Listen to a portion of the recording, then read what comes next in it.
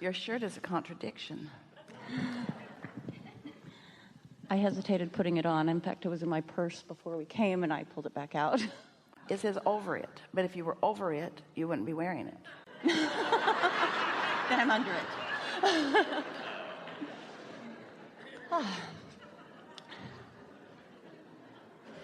First of all, I'm so grateful to have found you. I was born already knowing how to connect with the universe, to a point that just now in the restroom, I remembered that when I was little, I grew up, I knew I would either be chosen as the captain or I would be chosen first, and it was never a question in my mind.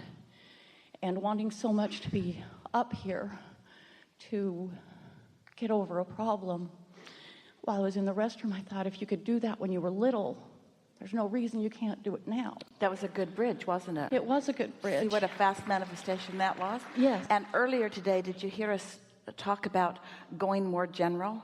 Stepping back into a more general place? So that's what you did. You stepped back into something that, sort of like the 80s, stepped back into something that felt good, and you had a new point of attraction. Yes. Good.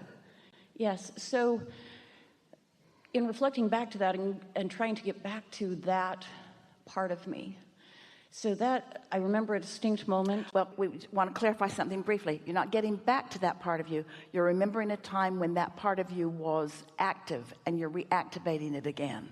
You're not going back to anything ever. So there was a chunk of time of 32 years. Irrelevant, but all right. It's what derailed me.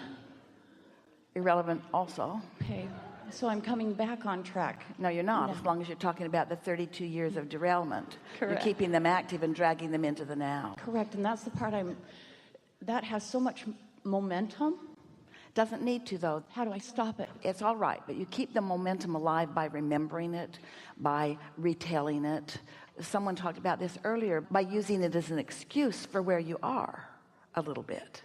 Even though you don't want to, it keeps feeling like the relevant excuse. You don't stop it all at once. You stop it a little bit at a time.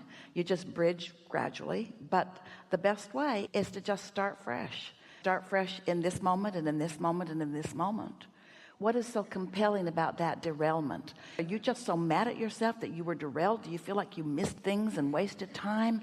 Because there are a lot of people that have passed through 30 years, and none of the years that they've passed to are as dynamic as what's happening right now.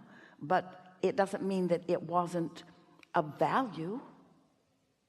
If it brings you to a place of strong wanting, it mattered. It was of value. It wasn't a derailment. It was a launching pad.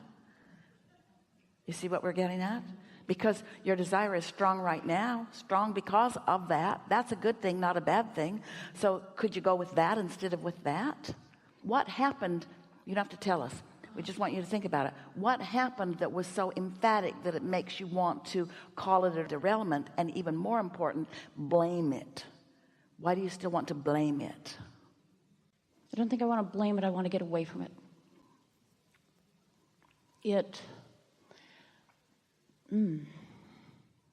Because if you could make it okay, in other words, take the monster out of it, and then there's not the feeling that you need to get away from it. And if there's not the feeling that you need to get away from it, then there's not an active vibration about it, and then it just isn't. I think what it is that I started feeling like whatever I did manifest, or whatever I did, things just came to me, almost like the Midas touch, everything. But someone else took it. It became theirs, and so I think I stopped wanting to have anything come. But it's such a wonderful thing. We know it doesn't feel that way yet, but that's such a distortion of the way it works, because no one is attracting it for you, and no one is taking it away from you. It's only your perception that brings it in, and it's only your perception that keeps it out. That's why we called it a monster, something that you're blaming. But it's that attention to that. It's giving power to something that doesn't deserve the power, that's keeping you from your own power. So to leave that completely in the past and to go to something new, there's such a fear, because You can't all of a sudden leave it completely in the past, but you could fill the now up with other things. It's like Esther with her furniture, which seems like a ridiculously simplistic comparison.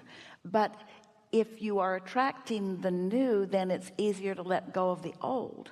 But if you're dragging the old around with you, then there's no place for the new. You have some choices. And we talked about it earlier. If you are determined that the choice of thought is going to be a good feeling one, and you start out before the bad feeling ones have filled in, then it's easier. Imagine having a colorful palette, and let's call it liquids, and a lot of depth in the colors. And you've got your canvas, and because you're not paying attention to what you're doing, or because you're having a negative moment remembering something negative in the past, you just sort of randomly take a brush and color that's sort of deep in color, and you paint the whole board with it.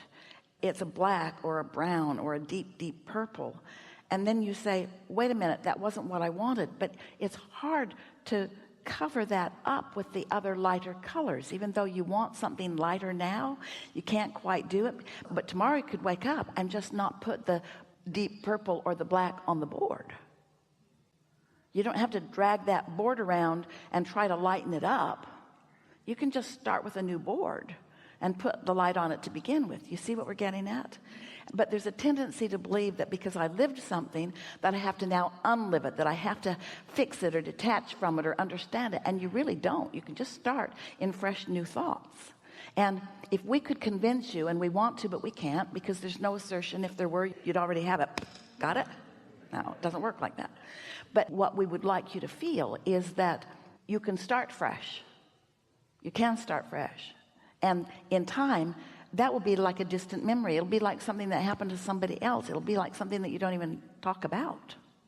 And you will know how well it served you, because it lighted a desire within you that's way bigger than any desire that you ever had before. You were sort of a product of someone else's desire for a long, long time. And out of that experience, you have now found your own desire.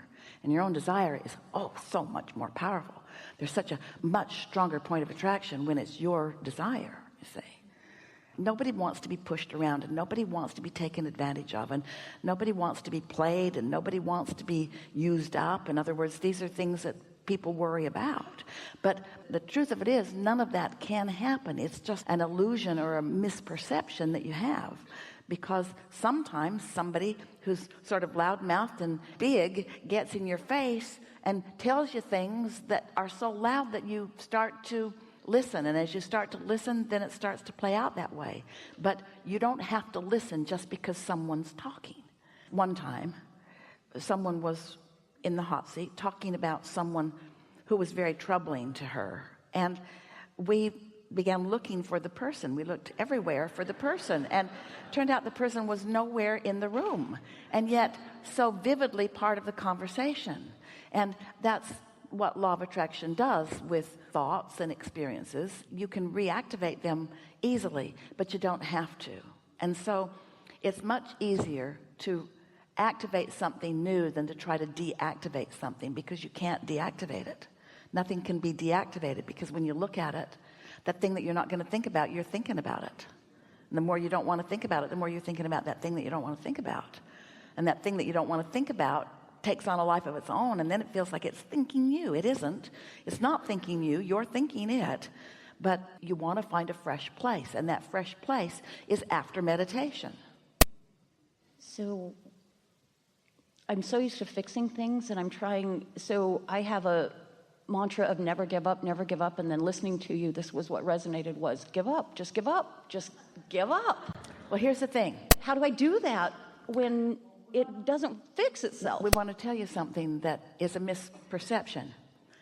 Do not give up on your desires for this reason. You can't. Because you put it in the vortex, and you've got source energy all over it. So it's not giving up the desire, it's giving up the resistance that you've been dragging along with the desire. So phrase that a different way. I'm not giving up on what I want.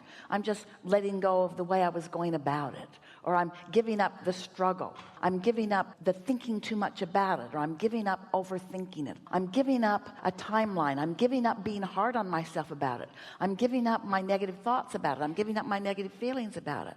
I'm not giving up on my desire. It's more vivid than ever. Just make those kinds of comments to yourself.